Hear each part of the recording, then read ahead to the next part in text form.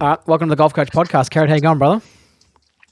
Stoked to have the opportunity to come back, mate. It's probably been, a year since I was on last time, and You in a a bit? lot's happened since then, but I'm back in the same spot, in the same room at my mate's house, talking to you. So, in the digital space of my presence on your podcast, nothing has happened.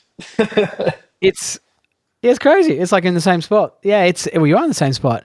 It's really cool. It's really cool. Like I was talking to you the other week about some stuff that's going on, and you're overseas, and you're like, well, let's when I get back to Oz, let's hook up and record another podcast. And you've had so much going on, and I think it's really interesting. And obviously I wanted to catch up with you, and I wanted to get you on the podcast and talk about a few things you got going on, talk about some coaching, talk about a bit of life stuff, and yeah, really excited to have you on, man. So, all right, people listening to this have obviously seen the headline here. Everyone's got a pretty good understanding of who you are due to your kind of social following, Kerrod. But what have you been up to? What's been going on? What's happened since the last time we had you on a year ago? So, when I started traveling around pretty much full time, let's say 3 years ago, I had an idea that in the pursuit of broadening my reach to golfers and trying to build a successful online business, um, it would look in a certain way.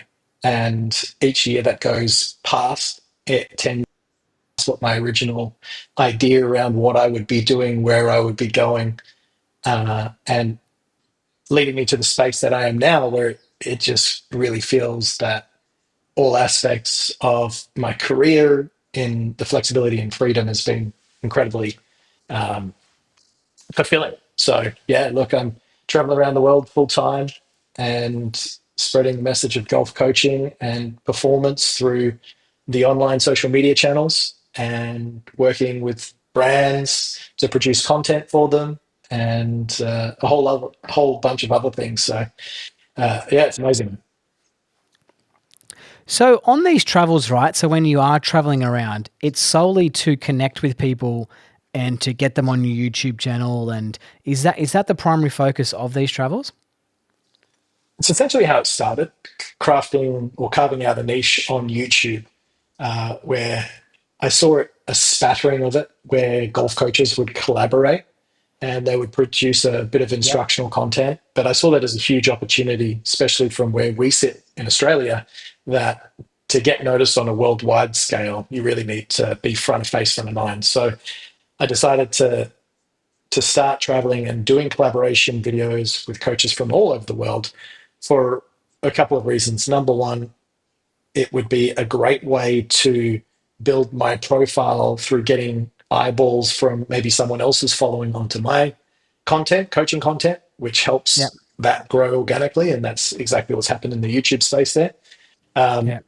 but also create an interesting story around the possibilities within golf coaching as a golf coach, what you can do with your life instead of just standing on the range all day, every day Mm. coaching, which is absolutely fulfilling in itself. But there's a large portion of the population that would love a little bit more freedom or flexibility around what they do.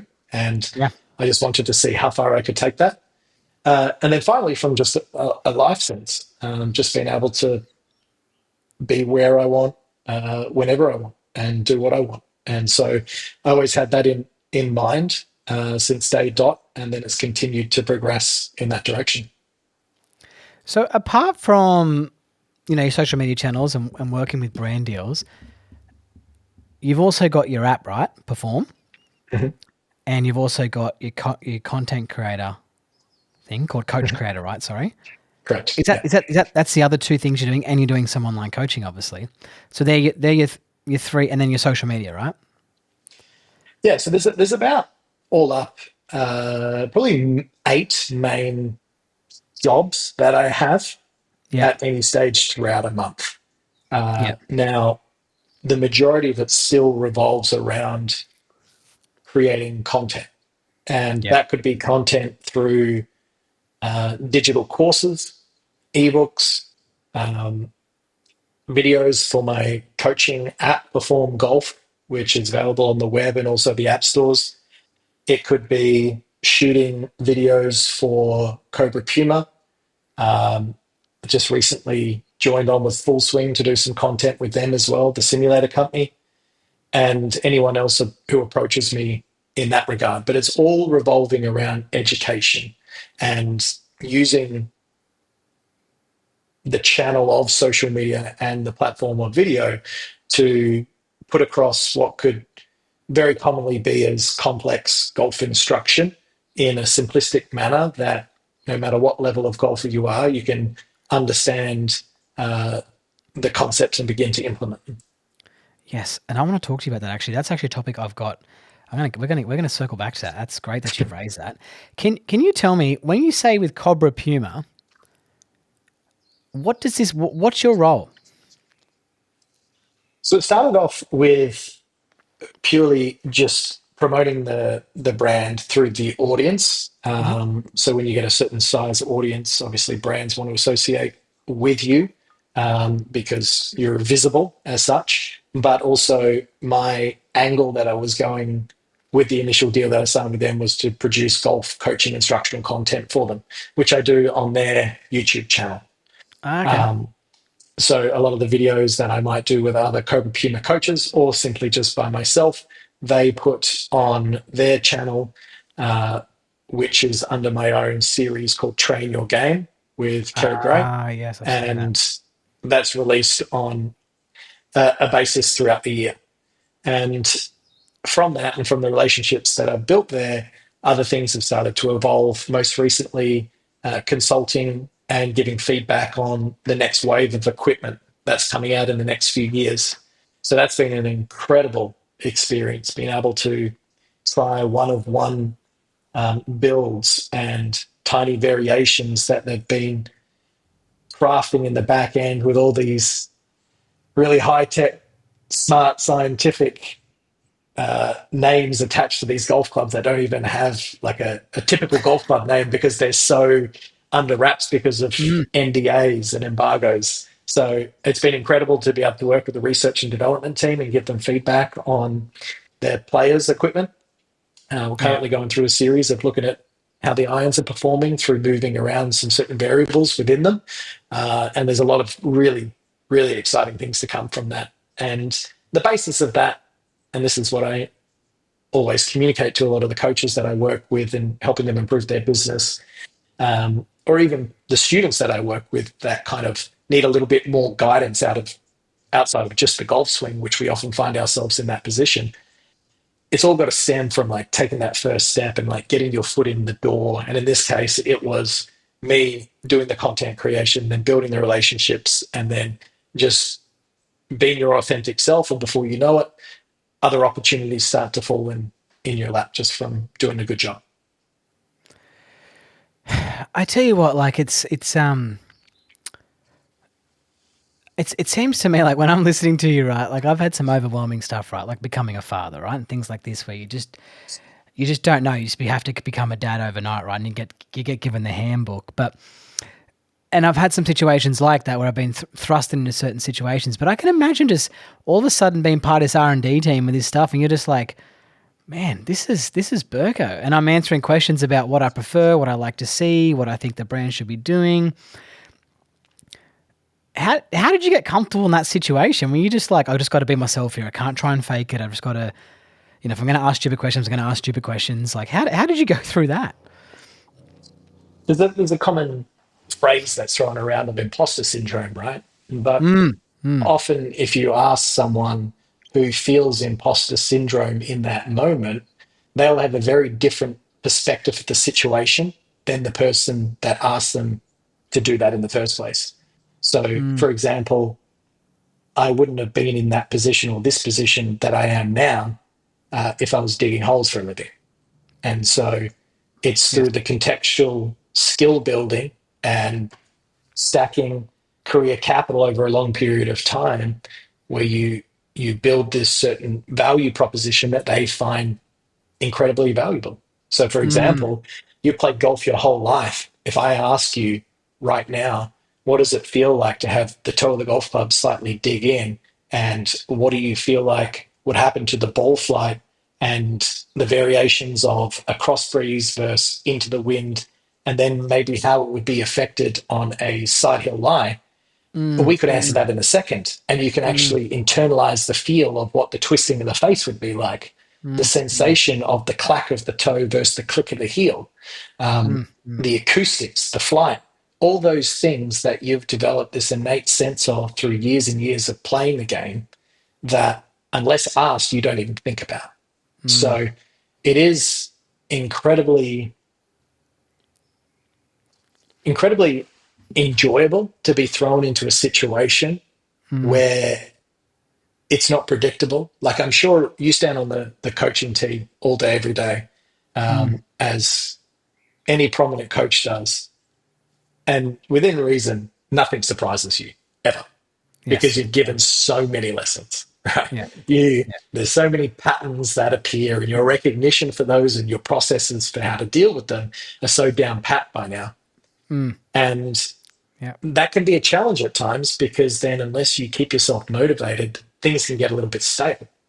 And Mm, so I like the adrenaline rush of then being thrown into a situation of where you really don't know what the outcome's going to be. But in that sense, you'll find that if you're super present in the moment and you're actually focusing on what you've been asked to do, you can execute pretty well. yeah. But if you start to think too internal and maybe how you're being perceived or Mm, yeah. anything based around what you're doing, that's where you start to get a bit of stage fright. Yeah. We call that kind of ego based, right? When you're worrying about your ego a little bit too much or not being present. But it's interesting you talk about that not being present because something's happened with me lately, right? In regards to caffeine. Like I used to have double in the morning, one at 9, then maybe another one at 11. Mm. I'm lucky to have half a cup of caffeine at the minute. It's just not working on me because I just don't feel like I've had the opportunity to stay present. I've been having too much caffeine. And my coaching and my problem solving's gone through the roof because of not being as kind of scattery, and being present and handling large workloads of things going on, like organizing my training aids and then, organizing, the podcast or organizing lessons and then, problem solving stuff with kids. So it's, yeah, it's interesting. I've had that kind of same internal dialogue lately of the importance of being present on helping you problem solve. Yeah, I love that. I love that. And it's so interesting What that is, because, what that is though, mate, is just at the end of the day, it's just you having a system at some stage or creating a system that works and then trusting it and then doing it enough where it happens automatically. And sometimes what mm, happens is when you're too scattered and you're thinking about a million different things at once, you don't lay that first brick that can then be stacked upon because you try and find the perfect spot to put it. yeah, yeah, it's so true. And well, what I was thinking I was going to, came to my mind was that how many conversations do we have with coaches who are stuck in roles that they don't want to be in and they're too scared to make that jump? Like, my inbox is full of coaches wanting to start online coaching or, wanting to do a podcast or wanting to do something. And it's funny the amount of hesitancy that you hear amongst people, isn't it? You know what I mean? Like, you were definitely a mentor of mine early on, like for sure. Like I sent you a message when I wanted to get out of my director of golf role, and I was like, KG, can we talk? I need some help. And you helped me through that whole process, and have continued to help me through some certain things. And it's interesting when I have that conversation with people, and I've had a friend of mine who's completely just jumped across, Kerrod, from his assistant role to now coaching and online coaching. He's got more time with his family, and he's making twice as much money as he was previously, and literally twice as much money. And he's living his dream. And he said to me the other day, I should have done this 3 years ago when I first started talking to you. I was like, I know, I told you. You know what I mean? I Why do remember you? a very Yeah. specific conversation between us, mate, when you were at Kayama, Yeah. um, and something had broken down on the printer with the morning field Yeah. coming through. And it was one of your last few days there, and you're about to go all into coaching. Yeah. And I hear stories about that all the time. And I think Yeah. the main reason that people really struggle to transition out is because Humans by nature don't really like change, and that's scary in itself. But that fear Mm. that you feel arise isn't necessarily a signal to run away. It can also mean to run towards, because everything Yeah. great in your life came as a result of you doing something challenging. And Yeah. anyone who's ever done anything that's been worth shit is the same situation. Yeah. And then secondary from that is just having an idea of what is possible. And as golf coaches in Australia, golf is a very different game to what it is in America. A Mm. very, very different game, from a business perspective, from a client perspective, from just the way golf is perceived. And you realize when you immerse yourself in that culture, uh, what is begins to be impossible. And from my perspective, one of the most important things that I ever did was in the online space as a golf coach when I was in Australia, would just look outside of the box that we were in, and Mm. who was the best in America that was doing this? What were the golf coaches doing there? What were they looking into? What sort of coaching methodologies or communication techniques? And then um, the internet's just been an amazing tool to be able to give yourself that 20,000 foot view there. Yeah.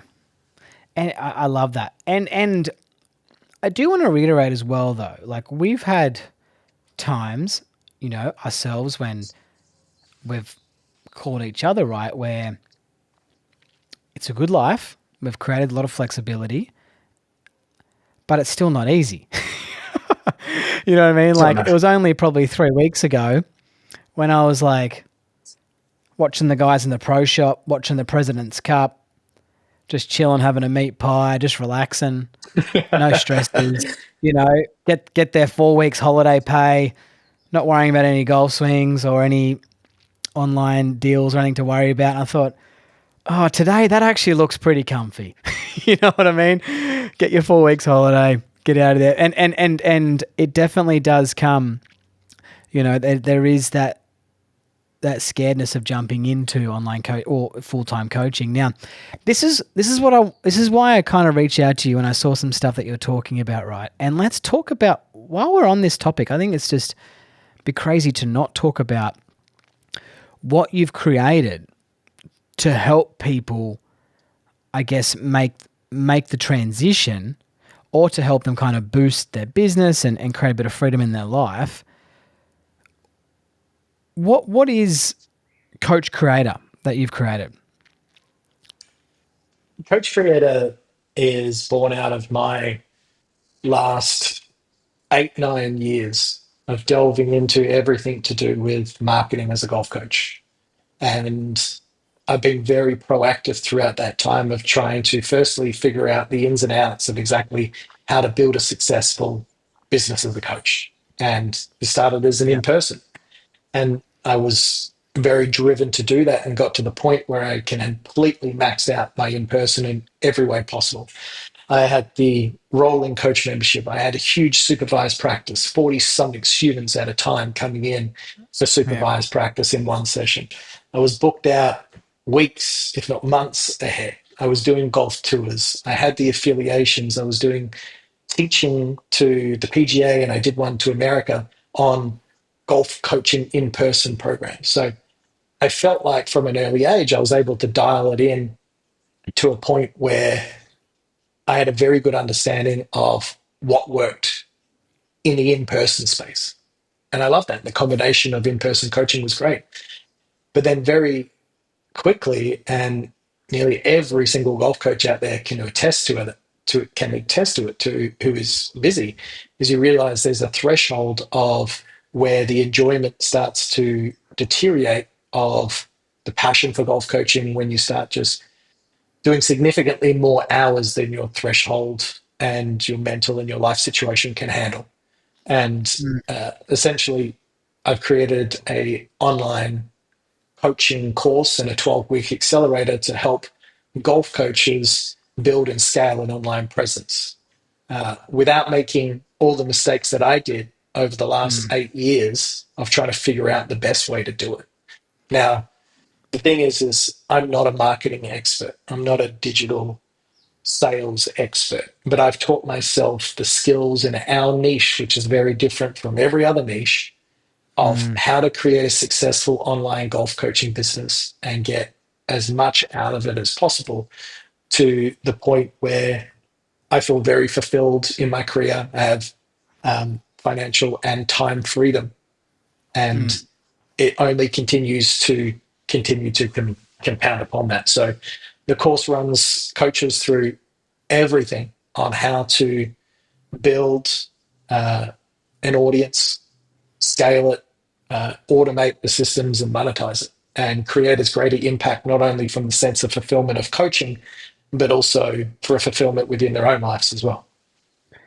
yeah. And I think it's pretty obvious when people see some of the content you put out, right, and how well it's presented as well, right, and how well you present your information and how good you've gotten. You think about the first YouTube videos you've done versus now, right, and we've had that conversation many a times, right, and where it is now. And one thing I heard the other day, Kerrod, right, was let's call golf coaches entrepreneurs, right? It's the truth, right? The way that coaching is right now, right? Everyone's an entrepreneur. Is every entrepreneur needs 5 mentors in their career, right? And it's impossible to kind of do it on your own. And if you think that just because you know the technique down pat and you thought you've got a good swing model and you find it feel comfortable at all, Kerrod calls me Microsoft 95 because of how bad my editing skills are, right? You need we need help in this space. We need it. And I think if I could share with you, right, Kerrod, like my frustrations that I do is that I'll put time and effort into something and think, oh, that looks really cool. I'll post that and it goes shit house, right?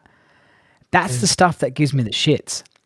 Not Mhm. anything to do with coaching. My coaching is so sound. I've got people winning tournaments all around the world. I've got people winning club championships, people breaking 100 for the first time. I'm getting messages every day from people. And then as golf coaches, we upload this crappy piece of content and we think it looks good and it does nothing. And we go, freaking hell. And we wake up in the morning, we check it, and it's shit house. And that to me is like the things that gives me the most amount of frustrations in my life, right? And which is why I've also got a little bit of a team of people that help me, like with the editing of the podcast and things like this here, right? And I think it's really, really important to have that. But anyways, that's just me kind of sharing my frustrations around it. Can so if I was to do this, right, or some of my friends were to do this, or people listening to do this, what does it look like? Is it like do you just publish videos or PDF files, or do you work with people one on one? Like how does it work? So before I answer that, because it will segue perfectly based on what you just said there, is Yeah. one of the most common issues that all the coaches that I work with face. And at the moment, I've got a cohort of 15 coaches going through the 12-week accelerator course. And we're working with them as a group and individually to help them accelerate their business. But the specific problem that you just said there really applies to everyone. Mm. And that's the thing is you had a system, right? You had a system of filming, you had a system of how you thought it would edit, how the graphics would work, and then you put it out.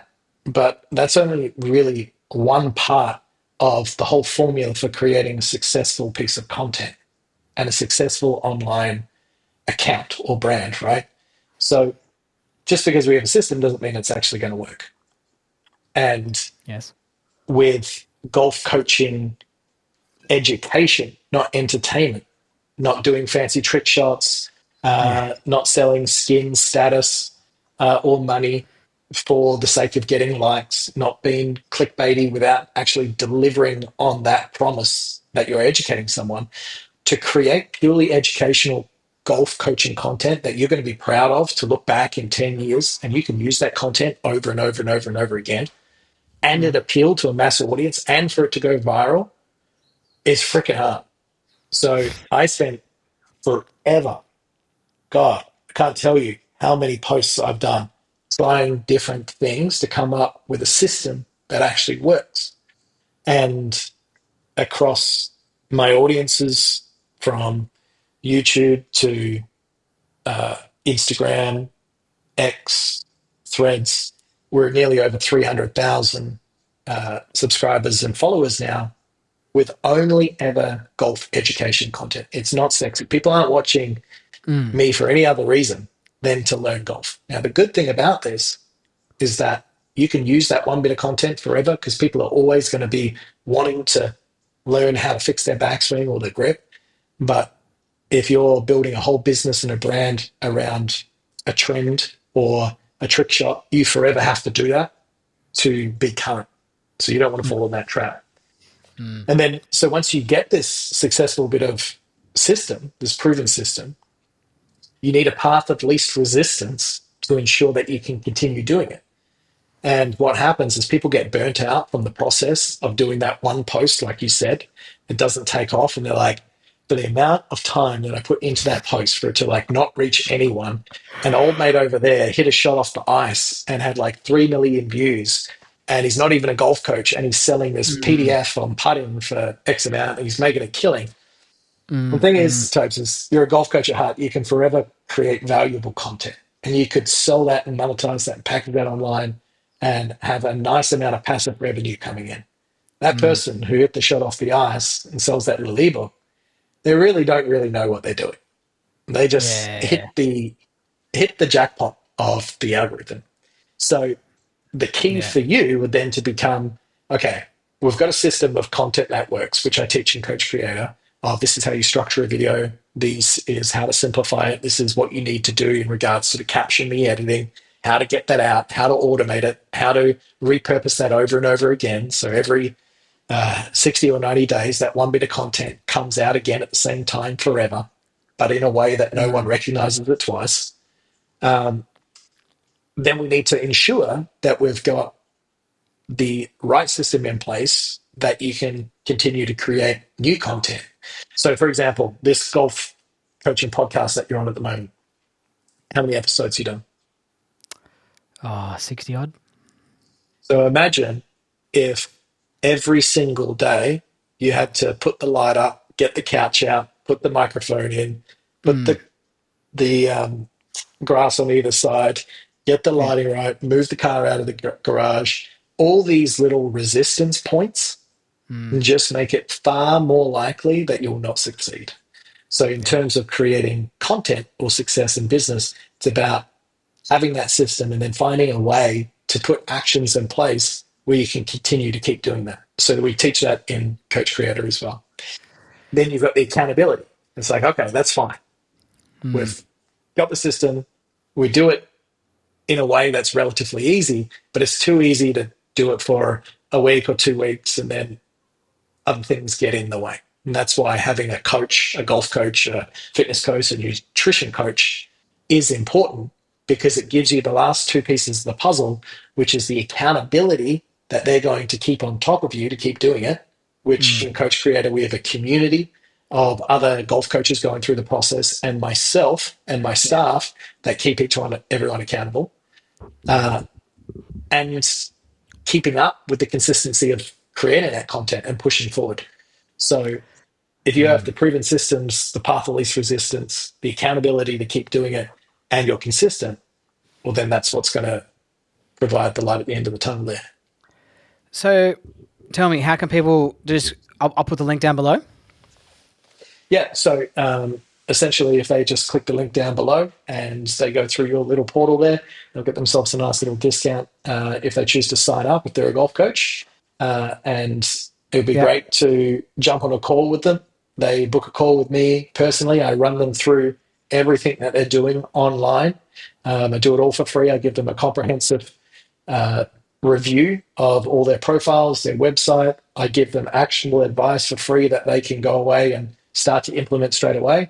And if they find that valuable and they want to see what else is within the program, well, then we've got a new program which is going to start at the beginning of December, which is our next intake of students. Perfect. I love it. So they can just get there through a link below and start chatting with you. That's the one. I love it. Hey, I'll tell you something, actually, I heard the other day, KG, right? That's great. I might do it. Is that I heard the other day about Dan Greaves, social media guy, came on, did a video for skillers coaches. And you know how Dan Greaves got like 500,000 followers now or whatever. Mhm. And he said, I love when people ask me how to work out the algorithm. And he said, you don't work it out. You just post something that people like, and then they'll share it and save it and share it with their friends. Mhm. He said, there is no Yeah. algorithm. He said, there is no algorithm. You just post something that's good and people will like it, and then more people will watch it. I was like, oh, I love that. And It's the just only so way to true, hack the right? algorithm is just reps. The more you post, the more you get a better idea of what's going to work, and you just post more of that. Yeah, it's not the algorithm, it's what people have liked. Like it's like you posted something that people liked and it got traction, right? Because people liked it and watched it. Um, that's awesome. I don't know if we should even talk about coaching. I think that was just great. I think everyone can learn from that, right? And when we had our last chat, KG, right? People were so motivated. I had students of mine who were motivated after our last conversation to go out there and get after it. And students and golf pros, and obviously I teach a lot of coaches, and they're all like super excited. And it is motivating. Like I've got a team of staff that work for me, and I've been quiet lately. I could make a lot of excuses because I keep breeding kids in this household.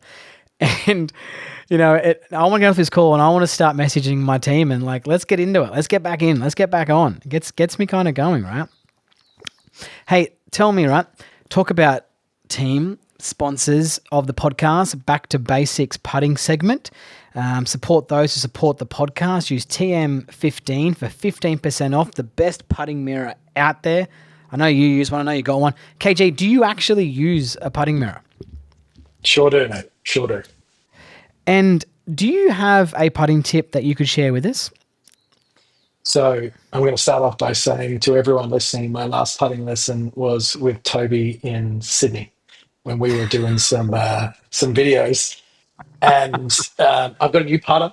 I've recently changed to left hand low, and things are happening. Let me tell you. Let me tell you. I am How's beating the putts on the rhythm? practice green. How's your tempo? You're feeling okay moving the putter? Yeah, it's good. It's good. I just get a little bit yippy from time to time, but left hand low, cleanse it with a new putter, have a different feel. We're good to go. What putter type is it? What is it? It's a one of one proto from a. I don't know if I can say this. You don't have to Let's say say it. a new wave of putters coming out from Cobra. So Is it like a mallet? it's no, it's a blade. Also, your left hand low with a blade. Left hand low with the blade, and I love it.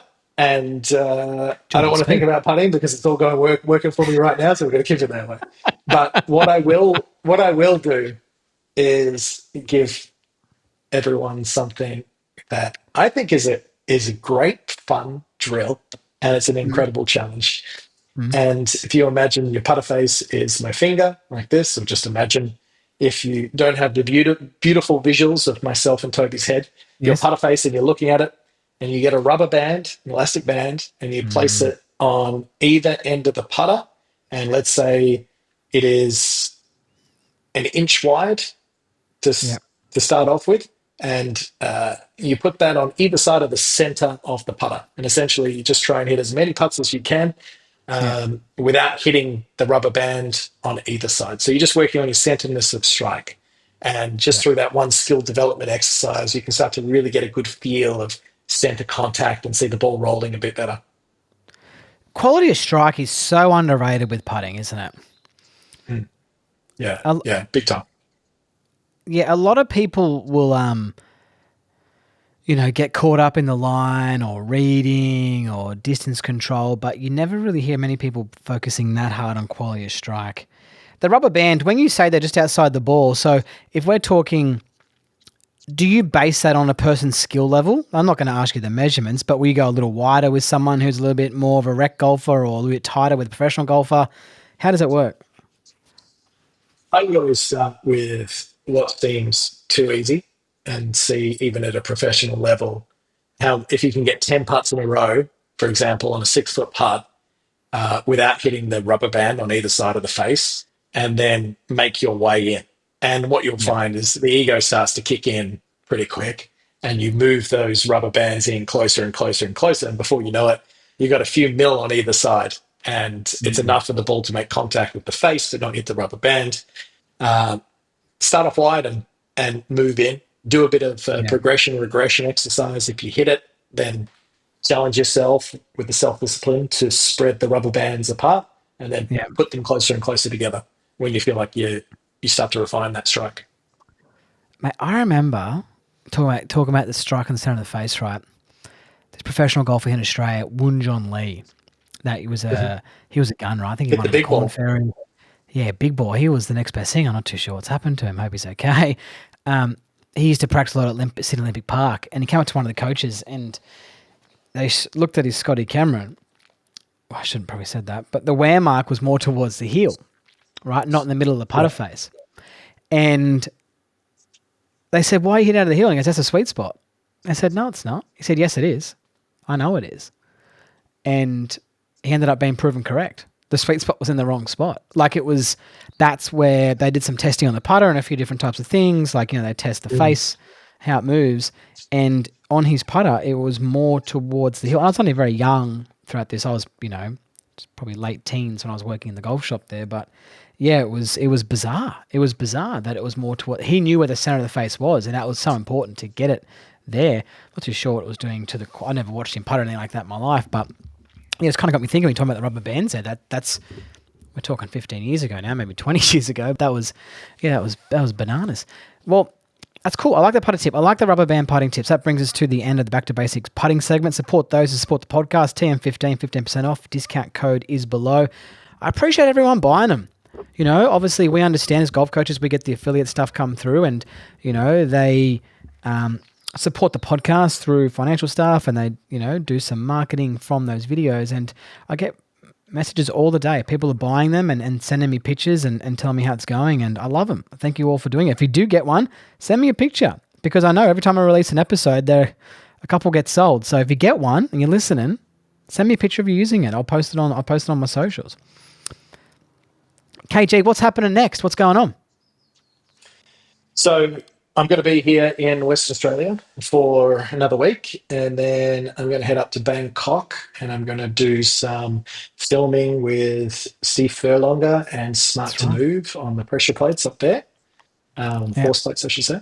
And then after that, I think I'll probably head back to San Diego to do a little bit more content over there. And one of my friends is opening a series of indoor facilities in San Diego and Arizona. So I'm going to help him go over and promote those really high end luxury indoor golf training centers that mix performance and golf. So you get the fitness, they have saunas and cold plunge rooms and stuff like that. So Devin Wow. Bonebreak has got studio golf over in the States. So I'm going to go and help him promote those a little bit. And then I'll come back over this side of the world a couple of weeks later. It's a lot of yin and yang over Yes. then. Towards Christmas time, I'll come back to Bali and Singapore for a few weeks. Indoor golf simulator places. One of my students is opening one in Miami, and he sends me the business plan and stuff like that, and shows me. And he says, "What do you think?" I said, "I couldn't afford to be a member there." It's amazing how much Americans can spend on golf, don't they? In comparison Crazy. to us in Australia here. Crazy. We've got an indoor golf centre place near us here, and it's nothing in comparison to some of the stuff we see. So Devon's one that he's opening over there, right? I tell you what, he's looking strong at the minute, isn't he? Yeah, yeah. Loves a workout. He's the Gosh, face of the golf fix on the golf channel, right? So keeps yeah, himself organised. yeah, mate. I tell you what, he ain't missing arm day. He's in shape. I should get him on the pod. He sent me a message. I should get him on the pod. Um, what? So, how many is he opening up? He's already got a few at the moment. I think he's got two or three. So he's just trying to create as big a franchise with it as possible. The the Um, th- the things that I kind of see that from one that we went to recently, I forgot what it's called, up in Golf sticks. Sydney. There, that's it. Golf Space. They seem to be they're really good. I'd love to see one that's got a really good coaching bay in there. You know what I mean? Like, Mm.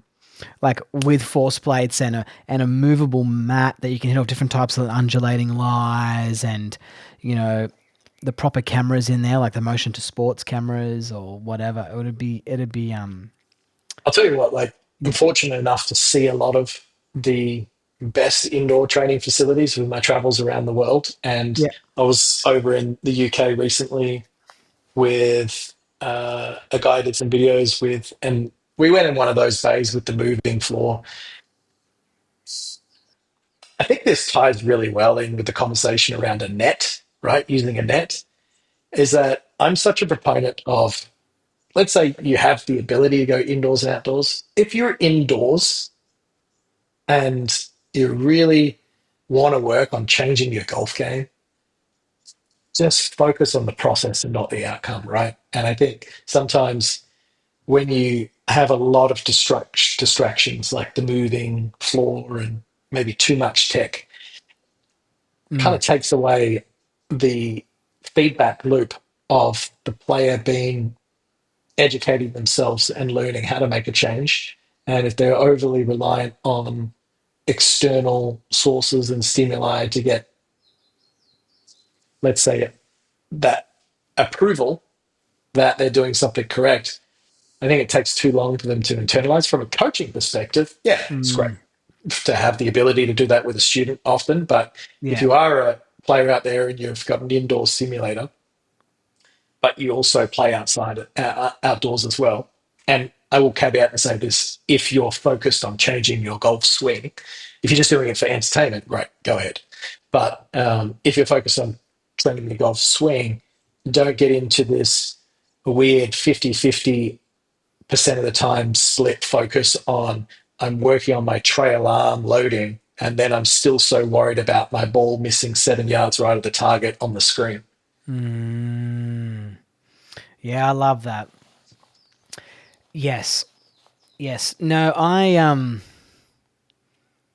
yeah. People get confused with that, don't they? With working on a technical movement and then not allowing themselves to make the technical change that they need to make because they're so worried about the outcome, right? Yeah. So worried about the outcome.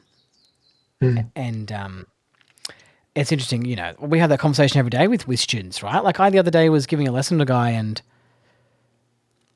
I knew things were clicking, right? He topped it and then he topped it. And I thought, man, I'm looking at my numbers here coming up. I got the quad in front of me there. I've got all my numbers.